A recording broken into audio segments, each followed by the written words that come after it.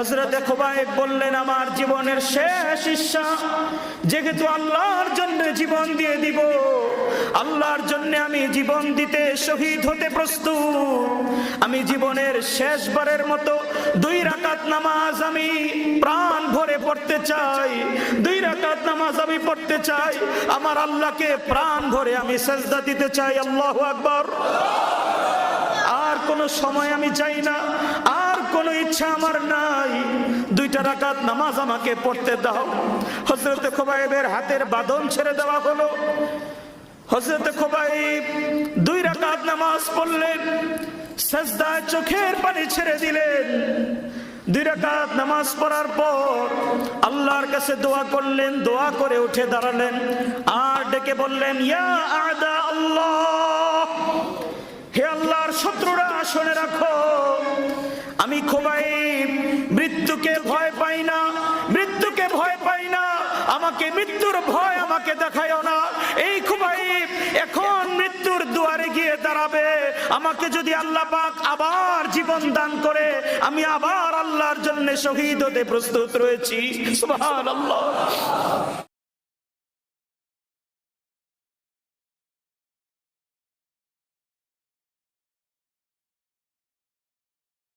মুসলমান যেন আল্লাহু আকবার বলতে না পারে, এমনকি কাবার চত্বরেও যেন মুসলমান আল্লাহর নামে তাকবীর দিতে না পারে।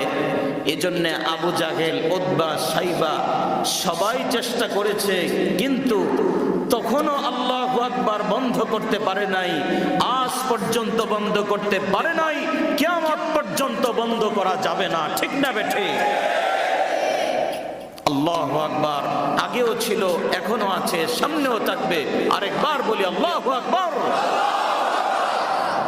হযরত ওমর রাদিয়াল্লাহু তাআলা আনহু ইসলাম গ্রহণ করলেন। মাত্র 39 জন মুসলমান ইসলাম গ্রহণ করেছেন। 40 নম্বরে ইসলামের জন্য আল্লাহ পাক হযরত ওমরকে কবুল করেছেন। সুবহানাল্লাহ। এসেছিলেন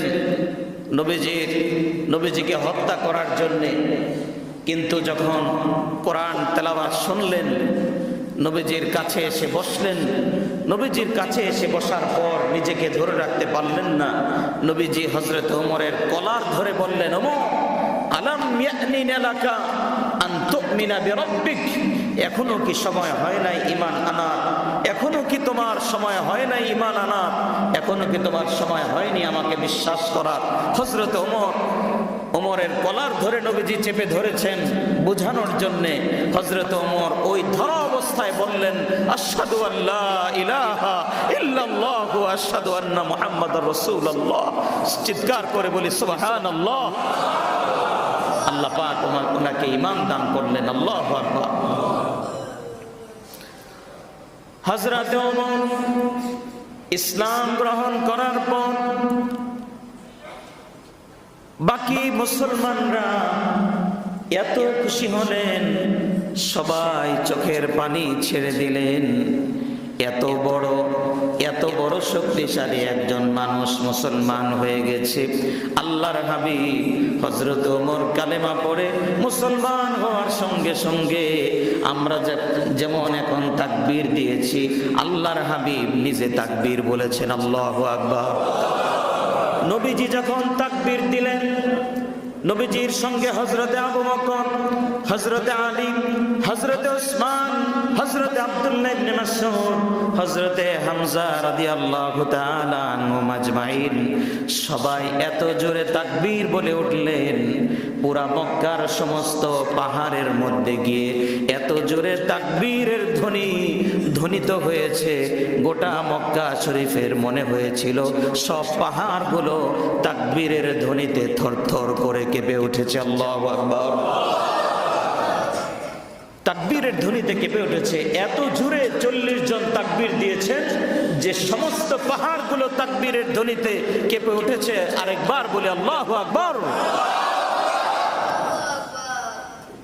প্যারে হাজিরিন, আমরা যারা ঈমান এনেছি, আল্লাহকে রব হিসাবে আমরা যারা মেনেছি, আমাদের তাকবীর দিতে কোনো ভয় নেই, কেননা আমরা বিশ্বাস করেছি এই জীবন শুধুমাত্র আল্লাহ, এই জীবন শুধুমাত্র আল্লাহর জন্য আমরা সঁপে দিয়েছি। পৃথিবীর কোনো কাফের মুশরিক, কোনো জালেমের জুলুমকে আমরা ভয় করব না, পৃথিবীর কোনো খুনিকে আমরা ভয় করব না, পৃথিবীর কোনো জালেমের রক্তচক্ষুকে আমরা ভয় করব না। জীবন চলে যেতে পারে, আমার জবান থেকে আল্লাহর নাম কেউ কেড়ে নিতে পারবে না, ঠিক না বেঠি? আমার জীবন চলে যেতে পারে, আমার জবান থেকে কালেমা কেউ কেড়ে নিতে পারবে না, কারণ আমি কালেমা যার জন্য পড়েছি চিৎকার করে বলুন, তিনি কে? আল্লাহ। প্যারে হাজিরিন, আল্লাহ রাব্বুল আলামিন সূরা আহকাফের 13 নম্বর আয়াত ইরশাদ করেছেন, যে আয়াতটি আপনাদের সামনে আমি আজকে তেলাওয়াত করেছি। আল্লাহ পাক বলেন, ইন্নাল্লাযীনা ক্বালু রাব্বুনাল্লাহ সুম্মা ইসতাকামু ফালা খাউফুন আলাইহিম ওয়ালা ইন্নাল্লাযীনা ক্বালু রাব্বুনাল্লাহ, আল্লাহ পাক বলছেন, যারা দুনিয়ায় বসে বলবে রাব্বুনাল্লাহ, আমার রব হলেন আল্লাহ, আমার মালিক হলেন আল্লাহ, যারা এই কথা বলবে, ফালা খাউফুন আলাইহিম ওয়ালা হুম ইয়াহজানুন, তাদের কোনো ভয় নেই, দুনিয়াতেও তাদের কোনো ভয় নেই, আখিরাতেও ভয় নেই। আল্লাহ বলেন, তাদের ভয় আমি আল্লাহ দূর করে দিলাম, আমি আল্লাহ তাদেরকে জান্নাতি হিসাবে ঘোষণা দিয়ে দিলাম। আরেকটু প্রাণ ভরে বলি সুবহানাল্লাহ। তাদের কোনো ভয় নেই, আমাদের কোনো ভয় আছে? আমাদের সঙ্গে কে আছেন? আল্লাহ। আল্লাহ রাব্বুল আলামিনের পরের আয়াতে বলছেন, উলাইকা আসহাবুল জান্নাতি খালিদিনা ফিহা জাযাআম বিমা কানু ইয়ামালুন। উলাইকা আসহাবুল জান্নাহ, যারা আমি আল্লাহকে রব হিসাবে মেনে নিবে, আমি সবাইকে জান্নাতি হিসাবে আমি ডিক্লেয়ার দিয়ে দিলাম। সুবহানাল্লাহ। কার কথা? আল্লাহ। এরপরে নবীজি বলছেন, মান ক্বালা লা ইলাহা ইল্লাল্লাহ দাখালাল জান্নাহ, যারা দুনিয়ায় বসে মন থেকে একবার পড়বে ইখলাসের সঙ্গে আল্লাহকে খুশি করার জন্য, যারা বলবে লা ইলাহা ইল্লাল্লাহ, লা ইলাহা ইল্লাল্লাহ, লা ইলাহা ইল্লাল্লাহ মুহাম্মাদুর রাসূলুল্লাহ, একবার যদি অন্তর থেকে এভাবে অন্তর থেকে একবার কালেমাটা পড়া যায়, নবীজি বলেন তোমার পিছনের জিন্দেগির গুনাহগুলো আল্লাহ পাক মাফ করে দিবে। সুবহানাল্লাহ। শুধু তাই নয়, আমরা যারা কালেমা পড়লাম, নবীজি বলেন দুনিয়ায় বসে তুমি কালেমা পড়লে, কালেমা পড়ার সঙ্গে সঙ্গে জান্নাতে তোমার জন্য একটি সিট, একটি জায়গা তোমার জন্য পড়ার সঙ্গে সঙ্গে আল্লাহ পাক বরাদ্দ করে ফেলেন। সুবহানাল্লাহ। সুতরাং আমরা যারা এখন কালেমা পড়েছি, আমাদের জন্য জান্নাতে একটি জায়গা রিজার্ভ হয়ে গেছে, বলি সুবহানাল্লাহ। আরেকবার প্রাণ ভরে বলি, লা ইলাহা ইল্লাল্লাহ মুহাম্মাদুর রাসূলুল্লাহ সাল্লাল্লাহু আলাইহি ওয়াসাল্লাম। অনেক সহজে আমরা এই ঈমান পেয়েছি, কালেমা পেয়েছি। আজকে আমি আপনি কালেমা পড়লে আমাকে আপনাকে কেউ মারে? কেউ মারে না, কেউ আঘাত করে না।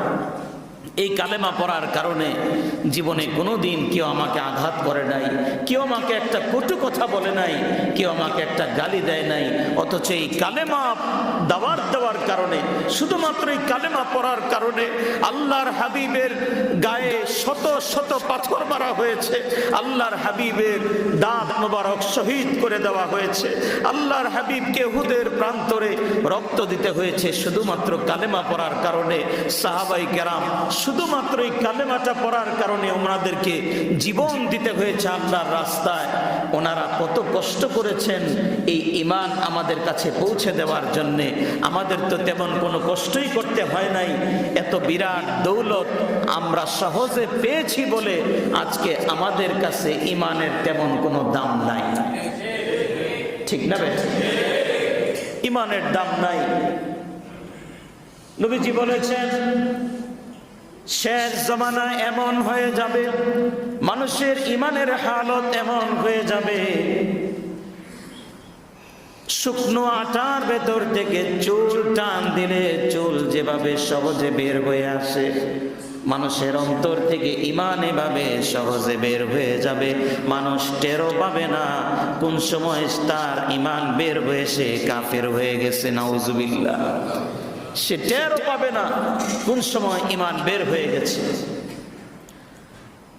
আপনি যদি বাংলাদেশ সফর করবেন দেখতে পাবেন উত্তরবঙ্গে রংপুর, লালমনিরহাট, কুড়িগ্রাম এবং পার্বত্য চট্টগ্রাম এলাকায় হাজার হাজার খ্রিস্টান মিশনারিরা কাজ করছে।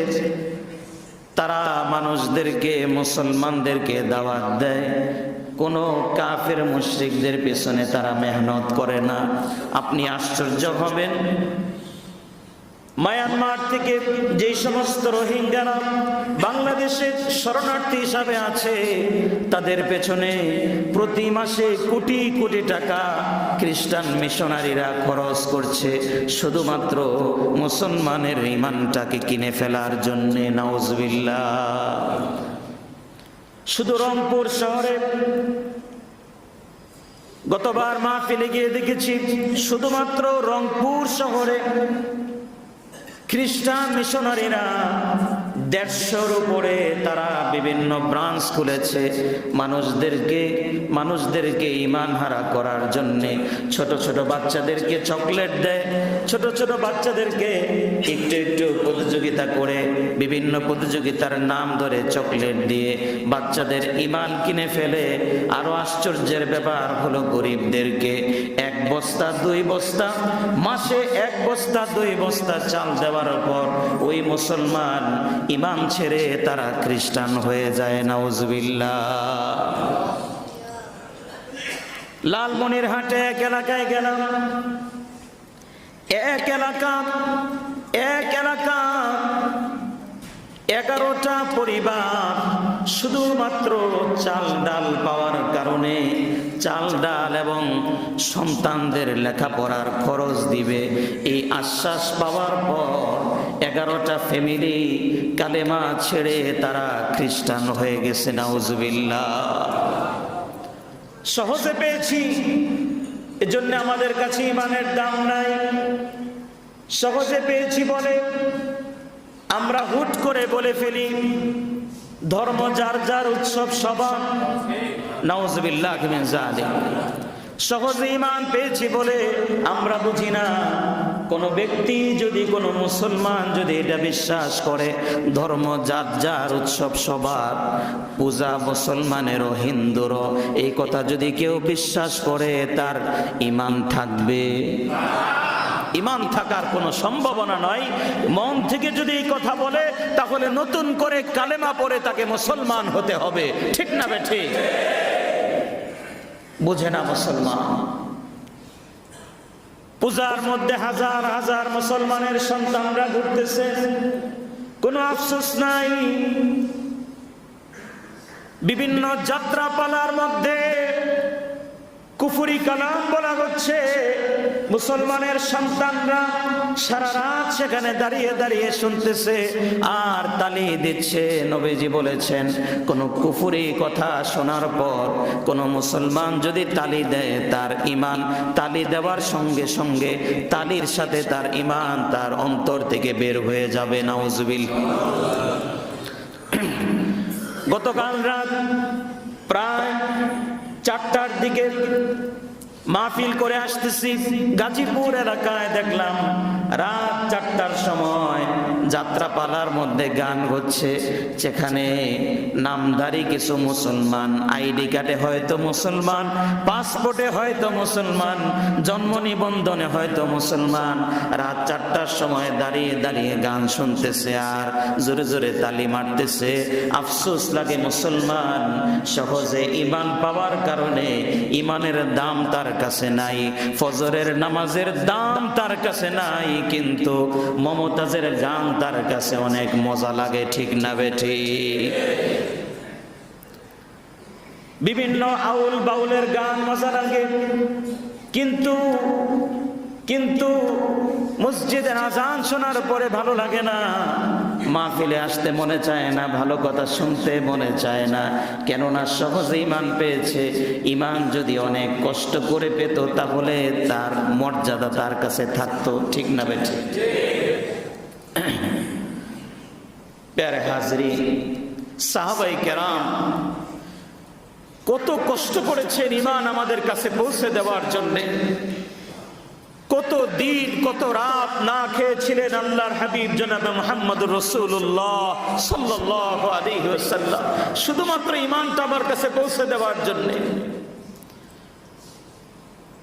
সাহাবায়ে কেরাম জীবন চলে গেছে, ঘর বাড়ি ছাড়তে হয়েছে, কিন্তু ঈমান ছাড়ে নাই। কেননা ঈমানের স্বাদ, ঈমানের মূল্য ওনাদের কাছে ছিল। একবার নবীজি মদিনায় 10 জন সাহাবীকে বললেন, আমার সাহাবীরা তোমরা খোঁজ নাও মক্কার কাফেররা মুসলমানদের উপরে হামলা করার জন্য আসে কিনা। 10 জন সাহাবী, তার মধ্যে একজনকে আমির বানালেন, তার নাম হলো আসিম ইবনে সাবিত। তার মধ্যে আরেকজন হলো হযরত খুবাইব রাদিয়াল্লাহু আনহু, আরেকজন হলো হযরত জুবাইর রাদিয়াল্লাহু আনহু। 10 জন অত্যন্ত বিচক্ষণ সাহাবী, যারা সবাই কোরআনের হাফেজ ছিলেন। 10 জন সাহাবীকে নবীজি বললেন, তোমরা মদিনা থেকে বের হয়ে একটু বাহিরে যাও, খবর নাও, আমি শুনতে পেয়েছি মদিনায় কাফেররা হামলা করার জন্য, মক্কার কুরাইশরা হামলা করার জন্য তারা প্রস্তুতি নিচ্ছে, একটু খোঁজ নিয়ে আসো। সাহাবায়ে কেরাম বের হলেন, মদিনা থেকে বাহিরে গেলেন। 10 জন সাহাবী, সবার সঙ্গে একটি করে তরবারি আছে, আর কিছু নেই, তরবারি নিয়ে বের হয়েছেন। বাহিরে যাওয়ার পর হঠাৎ করে প্রায় 100 জন তীরন্দাজ, মক্কার বড় বড় কাফেররা 100 জন তীরন্দাজ পাঠিয়েছে। তারা যখন জানতে পারলো মুসলমানরা এই এলাকায় এসেছে, 10 জন সাহাবী এসেছে তাদেরকে মারার জন্য, 100 জন তীরন্দাজ যারা ভালো তীর মারতে পারে তাদেরকে পাঠিয়ে দিল। 100 জন তীরন্দাজ এসে 10 জন সাহাবীকে ঘেরাও করে ফেললো। কিভাবে তারা টের পেল? কারণ সাহাবায়ে কেরাম ওনারা যখন বের হয়েছেন, সাথে করে কিছু খেজুর নিয়ে বের হয়েছিলেন। তো মক্কার কাফেররা খেজুরের বিচি পাওয়ার পর, খেজুরের আটিটা পাওয়ার পর তারা পরীক্ষা করে দেখলো এই খেজুরের আটিগুলো এটা মক্কার খেজুর না, এটা মদিনার খেজুরের আটি। তাহলে বোঝা যায় মদিনার কোনো লোক এই এলাকায় এসেছে। এত মেধাবী ছিল তারা। ইসলামের বিরুদ্ধে যারা ষড়যন্ত্র করে, মেধা সারা ষড়যন্ত্র করে না। বড় বড় শয়তানরা কিন্তু ইসলামের বিরুদ্ধে ষড়যন্ত্র করে। ঠিক না বেঠি? দেখবেন টকশোতে বসে বসে ইসলামের বিরুদ্ধে কথা বলে, মাথার মধ্যে চুলই নাই। এরকম আছে না? মাথায় চুল নাই, বড় বড় মোষ আছে, এত বড় বড় মোষ টর্চ লাইট দিয়া দেখতে হয় দাঁত আছে না নাই। তারা বুদ্ধিজীবী। কি বুদ্ধিজীবী? তারা ইসলামের বিরুদ্ধে তার বুদ্ধিকে খাটায়। তো তারা টেস্ট করে দেখলো এগুলো তো মদিনার খেজুর, তাহলে মদিনার কোনো লোক এখানে এসেছে। ঘুরতে ঘুরতে পেয়ে গেল 10 জন সাহাবী এখানে ঘোরাফেরা করছেন। তারা ঘেরাও করে ফেললো। হযরতে আসিম সাহাবায়ে কেরামের যিনি প্রধান আমির, হযরতে আসিম সাহাবায়ে কেরামকে বললেন, ওনার সাথীদেরকে বললেন, চলো আমরা পাহাড়ের উপরে উঠে যাই, কেননা আমাদেরকে ঘেরাও করে ফেলেছে। 10 জন সবাই পাহাড়ের উপরে উঠে গেলেন। পাহাড়ের উপরে ওঠার পর হযরতে আসিম বললেন, কি চাও তোমরা? সবাই বলছে, নিচ থেকে তোমরা নিচে নেমে আসো, তোমাদের সঙ্গে কথা আছে। হযরত আসিম বললেন, তোমাদেরকে বিশ্বাস করা যায় না, কেননা তোমরা আমাদেরকে মক্কা থেকে মদিনায় বিতাড়িত করেছো, আর তীর নিয়ে ঘুরতেছো। আমরা বিশ্বাস করি না তোমরা আমাদের সঙ্গে ভালো কোনো কথা বলবে। এই কথা বলার সঙ্গে সঙ্গে 100 জন তীরন্দাজ 10 জনের দিকে তীর মারা শুরু করলো। লোহার তীরগুলো এক একটি, কারোটা লোহার তীর, কারোটা কাঠের তীর, সাহাবায়ে কেরামের শরীরের মধ্যে বিঁধতে লাগলো। সঙ্গে সঙ্গে 7 জন সাহাবী পাহাড়ের উপরে তারা শাহাদাত বরণ করলেন।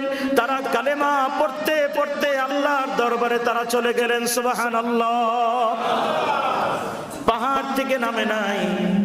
আর 3 জন সাহাবী উপরে দাঁড়ানো, তার মধ্যে হযরতে খুবাইব রাদিয়াল্লাহু তাআলা আনহু, হযরতে জুবায়ের, হযরতে আসিম, 10 জনের আমির হযরতে আসিম। আসিমকে তারা চিনে ফেললো, খুবাইবকেও চিনে ফেললো, কেননা তারা অত্যন্ত শক্তিশালী মুজাহিদ ছিলেন। বদরের যুদ্ধে অনেক কাফেরদেরকে তারা হত্যা করেছিলেন। হযরতে আসিমকে নামানোর জন্য বারবার তারা চেষ্টা করছে, বলছে আপনি নেমে আসুন, আপনার সঙ্গে আমরা ভালো কথা বলবো, আপনার সঙ্গে কোনো খারাপ আচরণ করব না। হযরতে আসিম বললেন, না না, আল্লাহর জন্য জীবন দিতে প্রস্তুত, কিন্তু তোমাদের সামনে আমি মাথা নত করব না। সুবহানাল্লাহ। মক্কার কাফেরদের মধ্যে একজন বড় কাফের ছিল, যে বলেছিল, আসিমের মাথা যদি শরীর থেকে আলাদা করে তোমরা আনতে পারো, তাহলে তোমাদেরকে 100 ওট দেওয়া হবে। আর আসিমের মাথার খুলি খোলার পর তার মাথার খুলির মধ্যে মদ ঢেলে, শরাব ঢেলে সেই মাথার খুলির মধ্যে আমি নিজে পান করব। নাউজুবিল্লাহ। হযরতে আসিম এই ঘোষণা শুনেছিলেন, তিনি জানতেন হযরতে আসিমকে যখন তীর মারা হচ্ছে, একটি একটি করে তীর বুকের মধ্যে লাগতেছে, পেটের মধ্যে লাগতেছে। হযরতে আসিম হাত তুলে বললেন, আল্লাহ, আমি তোমার জন্য ঈমান এনেছি, তোমাকে ভালোবেসে ঈমান এনেছি, আমি ঈমান ছাড়বো না, আমি ঈমান ছাড়বো না, তোমার জন্য আমি শহীদ হয়ে যাব। আমি জানি শহীদ হওয়ার সঙ্গে সঙ্গে তোমার সঙ্গে আমার সাক্ষাৎ হয়ে যাবে। সুবহানাল্লাহ। এজন্য আমি তোমার সাক্ষাৎ চাই, আমি তোমার সাক্ষাৎ চাই। তবে আল্লাহ, সর্বশেষ ফরিয়াদ, শহীদ হওয়ার আগে আমার মাথা যেন কোনো কাফের কাটতে না পারে, কেননা মক্কার কাফেররা বলেছে আমার মাথার খুলি দিয়ে তারা শরাব পান করবে, আমার মাথা যেন তারা স্পর্শ করতে না পারে, তোমার কাছে ফরিয়াদ। হযরতে আসিম এই দোয়া করতে করতে শহীদ হয়ে গেলেন, মাটিতে পড়ে গেলেন, কাফেরদের সামনে মাথা নত করেন নাই। হযরতে আসিম শহীদ হয়ে গেলেন। এবার হযরতে খুবাইব এবং জুবায়ের, আরেকজন সাহাবী, 3 জন নিচে নেমে এলেন, 3 জন নিচে নেমে এলেন, আর হযরতে আসিম সেখানে পড়ে রইলেন। হযরতে আসিমের লাশ ধরার জন্যে কাফেররা দৌড়ে গেল, ওনার মাথা কাটবে, মাথাটা আলাদা করে মক্কায় নিয়ে যাবে। যখন মাথাটা ধরার জন্যে দৌড়ে এসেছে, আল্লাহ রাব্বুল আলামিন বিরাট বড় একটা মৌমাছির দল রক্ষা করার জন্যে, মৌমাছির একটা দল হযরতে আসিমের লাশের উপরে পাঠিয়ে দিয়েছে। সুবহানাল্লাহ। মৌমাছির বিরাট বড় একটি দল এবং ভিমরুলের একটি দল হযরতে আসিমের লাশকে ঘেরাও করে ফেলেছে। কাফেররা যতই চেষ্টা করে ওনার শরীরটাকে ধরার জন্য, তখনই ভিমরুল গিয়ে তাকে আঘাত করতে থাকে। আল্লাহু আকবার। রক্ষা করার মালিক কে? হযরতে আসিমের লাশটাকে ধরার জন্য পাক্কা একদিন পর্যন্ত তারা চেষ্টা করেছে, সারা রাত তারা দাঁড়িয়েছিল, মনে করেছে এবার মনে হয় মৌমাছির দল চলে যাবে, ভিমরুলের দল চলে যাবে। কিন্তু পরের দিন সকালবেলা গিয়ে দেখে আল্লাহ রাব্বুল আলামিন হযরতে আসিমের লাশ এখান থেকে ফেরেশতার মাধ্যমে তিনি গায়েব করে দিয়েছেন। সুবহানাল্লাহ। গিয়া দেখে হযরতে আসিমের লাশ নাই, যিনি সরিয়ে দিয়েছেন চিৎকার করে বলুন তিনি কে? আল্লাহ। প্যারে হাজিরিন, এদিকে হযরতে খুবাইব রাদিয়াল্লাহু তাআলা আনহু বেঁচে আছেন। উনি নেমে আসলেন। নেমে আসার পর তিনি কিছুটা বিশ্বাস করেছিলেন, মনে হয় তারা বারবার বলতেছে আমরা কিছুই করব না, তোমরা নামো। হযরতে খুবাইব রাদিয়াল্লাহু তাআলা আনহু নামার পর ওনার হাত পা ধনুকের রশি দিয়ে পেঁচিয়ে ফেলা হলো। তারা হযরতে খুবাইবকে পিছন থেকে হাত বেঁধে ফেললো। হযরতে খুবাইব বললেন, আল্লাহ পাক তো অনেক আগেই বলেছেন কাফের মুশরিকরা কোনোদিন তোমাদের বন্ধু হতে পারে না, কাফের মুশরিক তোমাদের সঙ্গে কোনোদিন সত্য কথা বলবে না, কেননা যতক্ষণ পর্যন্ত কাফের মুশরিকের ধর্ম তুমি গ্রহণ না করবে ততদিন পর্যন্ত তারা তোমার সত্যিকারের বন্ধু হতে পারে না। ঠিক না বেঠিক? যতই ভান ধরুক আমরা মুসলমানের বন্ধু। আল্লাহ পাক পরিষ্কার ভাবে বলে দিয়েছেন ইহুদি, খ্রিস্টান, হিন্দু, বৌদ্ধ কোনোদিন মুসলমানের বন্ধু হতে পারে না। ঠিক না বেঠিক? যতই ভান ধরুক, যত শান্তি চুক্তি করুক, এটা কার ওয়াদা? আল্লাহ। প্রথম পারার 18 নম্বর পৃষ্ঠার প্রথম লাইনটা পড়বেন। আল্লাহ পাক বলেছেন ওয়ালান তারদা আনকাল ইয়াহুদ ওয়ালান নাসারা হাত্তা তাত্তাবিআ মিল্লাতাহুম, যতক্ষণ পর্যন্ত তাদের মিল্লাত গ্রহণ না করবে ততদিন তারা তোমাদের প্রতি সন্তুষ্ট হবে না। হযরতে খুবাইবকে হাত বেঁধে ফেলা হলো, আর হযরতে জুবাইরকেও হাত বাঁধা হলো, পা বাঁধা হলো। হযরতে জুবাইরকে সেখানেই শহীদ করে ফেলা হলো। শুধুমাত্র হযরতে খুবাইব বাকি। হযরতে খুবাইব বিন আদি রাদিয়াল্লাহু তাআলা আনহু, ওনাকে মক্কায় নিয়ে যাওয়া হলো। কেন নিয়ে যাওয়া হলো? মক্কার একজন বড় কাফের ছিল, নাম ছিল হারেস। নাম কি? হারেসকে হযরতে খুবাইব বদরের যুদ্ধে তিনি তাকে হত্যা করেছিলেন। হারেসের সন্তানরা শপথ নিয়েছিল খুবাইবকে আমরা নিজের হাতে হত্যা করব, নিজে আমরা খুবাইবকে শহীদ করব, আমরা তাকে মারব। খুবাইবকে প্রায় 100 ওটের বিনিময়ে হারেসের সন্তানরা কিনে ফেললো। মক্কায় নেওয়ার পর ওনাকে বন্দী করে ফেলা হলো। প্রায় 1 মাস ওনাকে বন্দী করে রাখা হলো। বন্দী অবস্থায় হযরতে খুবাইব হারেসের মেয়ে পরবর্তীতে সে ইসলাম গ্রহণ করে সে বর্ণনা করেছে খুবাইবকে আমরা 1 মাস পর্যন্ত বন্দী করে রেখেছি, আমরা কোনো খাবার খুবাইবকে দেই নাই। কিন্তু সকালবেলা যখন খুবাইবের বন্দিশালার মধ্যে আমরা যেতাম, যেখানে আমরা তাকে আটক করে রেখেছি জেলখানার ভেতরে, গিয়ে দেখতাম কে যেন জেলখানার ভেতরে প্লেট ভরে থালা ভরে তার জন্যে বড় বড় আঙ্গুর তার সামনে রেখে গিয়েছে। সুবহানাল্লাহ। আমরা গিয়ে জিজ্ঞেস করলাম কোত্থেকে আঙ্গুর, এবং হারেসের মেয়ে জাইনাব বিনতে হারেস তিনি বলেছেন আল্লাহর কসম, আল্লাহর কসম, গোটা মক্কা নগরীতে তখন একটা আঙ্গুর পাওয়া যায় না, কিন্তু প্রতিদিন গিয়ে দেখি খোবায় প্লেট থেকে প্লেট ভরে ভরে সে আঙ্গুর খাচ্ছে। আল্লাহু আকবার। পাঠিয়েছেন কে? এক মাস বন্দি রাখার পর হযরতে খুবাইবকে জানানো হলো আজকে তোমাকে শুলে চড়ানো হবে, মৃত্যুদণ্ড দেওয়া হবে। হারেসের সন্তানরা পুরা মক্কায় জানিয়ে দিল আজকে খোলা ময়দানে মসজিদে তানঈম, বর্তমানে মক্কায় মসজিদে আয়েশার পাশে, সেখানে ওনাকে শুলে চড়ানো হবে, মৃত্যুদণ্ড দেওয়া হবে।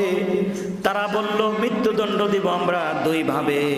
প্রথম তাকে তীর মারা হবে, তীর মারা হবে, তীর মারার পর তাকে শুলের মধ্যে চড়িয়ে দেওয়া হবে।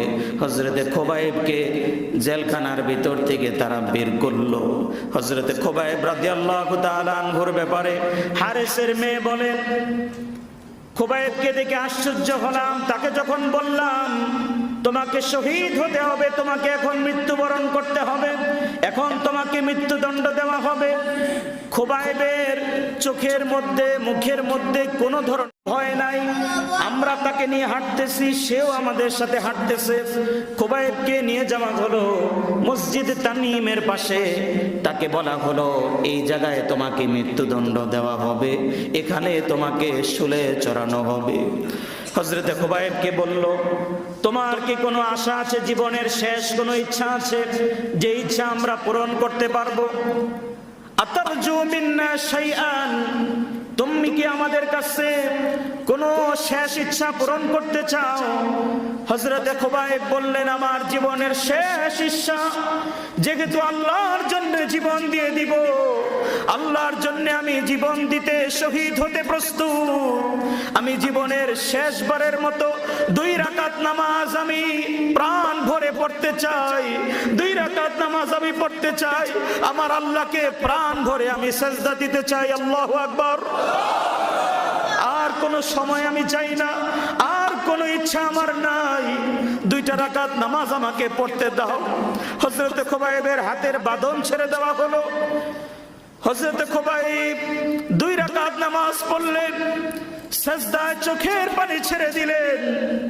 2 রাকাত নামাজ পড়ার পর আল্লাহর কাছে দোয়া করলেন, দোয়া করে উঠে দাঁড়ালেন আর ডেকে বললেন ইয়া আদা আল্লাহ, হে আল্লাহর শত্রুরা শুনে রাখো, আমি খুবাইব মৃত্যুকে ভয় পাই না, মৃত্যুকে ভয় পাই না, আমাকে মৃত্যুর ভয় আমাকে দেখায়ও না। এই খুবাইব এখন মৃত্যুর দুয়ারে গিয়ে দাঁড়াবে, আমাকে যদি আল্লাহ পাক আবার জীবন দান করে আমি আবার আল্লাহর জন্য শহীদ হতে প্রস্তুত রয়েছি। সুবহানাল্লাহ। হযরতে খুবাইব রাদিয়াল্লাহু তাআলা আনহু 2 রাকাত নামাজ পড়ার পর কাফের মুশরিকদেরকে ডাক দিয়ে বলল তোমরা হয়তো মনে করতে পারো আমি মৃত্যুকে ভয় পাচ্ছি, ভয়ের কারণে নামাজ আমি লম্বা করছি, এজন্য নামাজটা লম্বা করলাম না যাতে করে তোমরা আমার প্রতি কোনো বদ ধারণা না করো। নামাজ শেষ করলো। নামাজ শেষ করার পর হযরতে খুবাইবের হাত আবার বেঁধে ফেলা হলো। চারদিক থেকে 40 জন তীরন্দাজ দাঁড়ালো, ওনাকে তীর মারবে। হযরতে খুবাইবকে শুলে চড়ানোর জন্য নিয়ে যাওয়া হলো। হযরতে খুবাইব আসমানের দিকে তাকালেন, আসমানের দিকে তাকিয়ে 2টা হাত তুলে বললেন আল্লাহ, জীবনের শেষবারের মতো তোমাকে সিজদা দিয়েছি, আমার মনে আর কোনো আশা নাই।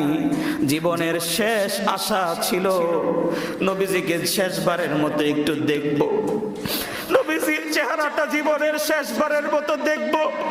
নবীজি মদিনায় বসে আছে, আমি মক্কায়, নবীজিকে দেখতে পারলাম না। এদিকে এক কাফের, তখন কাফের ছিল আবু সুফিয়ান। আবু সুফিয়ান এসে খোবাইবের, হযরতে খোবাইবের কানে কানে বলল, খোবাইব শেষবারের মতো বলি এখনো সুযোগ আছে, তুমি একটা বিষয়ে রাজি হয়ে যাও, তাহলে তোমাকে ছেড়ে দেওয়া হবে। শেষ বিষয়টা কি? বিষয় হলো আতুহিব্বু আন্না মুহাম্মাদান ফি মাকানিক ওয়া আন্নাকা ফি বাইতিক, তোমার জায়গায় আমরা মুহাম্মদকে ধরে এনে তাকে হত্যা করব, আর তোমাকে এর বিনিময়ে ছেড়ে দিব, মুহাম্মদের বিনিময়ে তোমাকে ছেড়ে দিব। যদি তুমি রাজি হও তাহলে আমরা এখনই তোমাকে ছেড়ে দিব। হযরতে খোবাইব বলল, আল্লাহর কসম করে বলি, আমার জীবনের বিনিময়ে আল্লাহর হাবিবকে এখানে আনা হবে দূরের কথা, আল্লাহর হাবিবের গায়ে, আল্লাহর হাবিবের পায়ের মধ্যে একটা কাঁটা বিঁধবে, আমি খোবাইব বেঁচে থাকবো, এটা কোনোদিন আমি বেঁচে থাকতে মেনে নিতে পারি না। আল্লাহু আকবার। আমি আমার হাবিবের গায়ে একটা কাঁটা বিঁধবে আর আমি বেঁচে থাকবো, এটা হতে পারে না। আবু সুফিয়ান বুঝতে পারলো তারা সত্যিকারের আশিকে রাসূল, তাদেরকে ইশকে রাসূল থেকে দূরে সরানো যাবে না, ঈমান থেকে দূরে সরানো যাবে না। হযরত খোবাইব রাদিয়াল্লাহু তাআলা আনহু আল্লাহর কাছে হাত তুলে বললেন, আল্লাহ, সর্বশেষ তোমাকে সিজদা দিয়েছি, নবীজির চেহারা মোবারক দেখার ইচ্ছা ছিল, দেখতে পারলাম না, কিন্তু নবীজিকে শেষ সালামটা পর্যন্ত দিতে পারলাম না। তারা আমাকে ধরে এনে আজকে শহীদ করে দিচ্ছে, আমি কার মাধ্যমে নবীজির কাছে সালাম পৌঁছে দিব? আল্লাহ, তোমার কাছে দায়িত্ব দিলাম, তোমার কাছে বললাম, তুমি নিজে আমার হাবিবের কাছে সালামটা পৌঁছে দিও। নবীজিকে বইল, খোবাইব তোমার জন্য শহীদ হয়ে গেছে, নবীজিকে জানায় দিও খোবাইব জীবনের শেষবারের মতো তোমাকে সালাম জানিয়েছে। সুবহানাল্লাহ। হযরত খোবাইব, ওনাকে তীর মারা হচ্ছে, হযরত খোবাইব বলছে, আল্লাহ, ফুস্তু ওয়া রাব্বিল কাবা, আল্লাহ আমি সফল হয়ে গেছি, কেননা এই জীবন তোমার জন্য আমি উৎসর্গ করে দিয়েছি। আল্লাহু আকবার। আল্লাহ রাব্বুল আলামিন হযরত খোবাইবের দোয়া কবুল করলেন। হযরত জিবরাইলকে ডাক দিয়ে বললেন, জিবরাইল, আমার খোবাইব আমার জন্য শহীদ হয়েছে, নবীজিকে শেষবারের মতো সালাম পৌঁছে দেওয়ার জন্য আমাকে বলেছে। জিবরাইল, তুমি জলদি করে মদিনায় যাও, এই মুহূর্তে গিয়ে আমার হাবিবকে গিয়ে বলে দিয়ে আসো খোবাইব সালাম জানিয়েছে, খোবাইবের সালাম আমার নবীকে পৌঁছে দাও, আর বলে দাও আমার খোবাইবকে আমি আল্লাহ জান্নাতুল ফিরদাউসের সর্বোচ্চ মাকাম দিয়েছি। সুবহানাল্লাহ। আল্লাহর হাবিব সাহাবায়ে কেরামের সামনে বসা, বুখারীতে এসেছে, সাহাবায়ে কেরামের সামনে বসা, হঠাৎ করে জিবরাইল আলাইহিস সালাম আসলেন, এসে বললেন, ইয়া রাসূলুল্লাহ, ইয়া হাবিবাল্লাহ, একটা দুঃসংবাদ নিয়ে আপনার কাছে এসেছি। আপনার খোবাইবকে মক্কার কাফেররা শহীদ করে ফেলেছে, কিন্তু সর্বশেষ আপনাকে সে সালাম জানিয়ে গিয়েছে, সেই সালাম আরশে আজিম থেকে আল্লাহ পাক আপনার কাছে পৌঁছে দিয়েছে। সুবহানাল্লাহ। এরকম ঈমান আমাদেরও দরকার আছে না নাই? চিৎকার করে বলি আল্লাহু আকবার। মুসলমান সন্তানরা, মুসলমান ভাইরা, আমার যুবক সন্তানরা, আমার যুবক ভাইরা, আমার বাবাজিরা, সবাইকে বলি, আমার জীবন চলে যেতে পারে, আমার জীবন চলে যেতে পারে, মৃত্যুর আগ পর্যন্ত ঈমান ছাড়বো না, ইসলাম ছাড়বো না, কোরআন ছাড়বো না, নবীর উপর কোন আঘাত আমরা সহ্য করব না। কে কে রাজি আছি? দুই হাত তুলে আল্লাহকে দেখাই। আল্লাহ পাক আমাদেরকে কবুল করেন, সবাই বলি আমিন। আমাদেরকে এমন ঈমান আনতে হবে।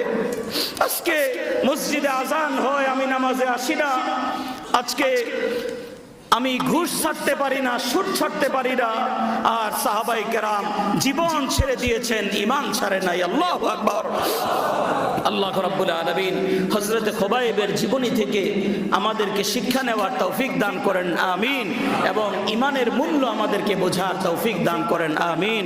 ওয়া আখির দাওয়ানা আনিল হামদুলিল্লাহি রাব্বিল আলামিন।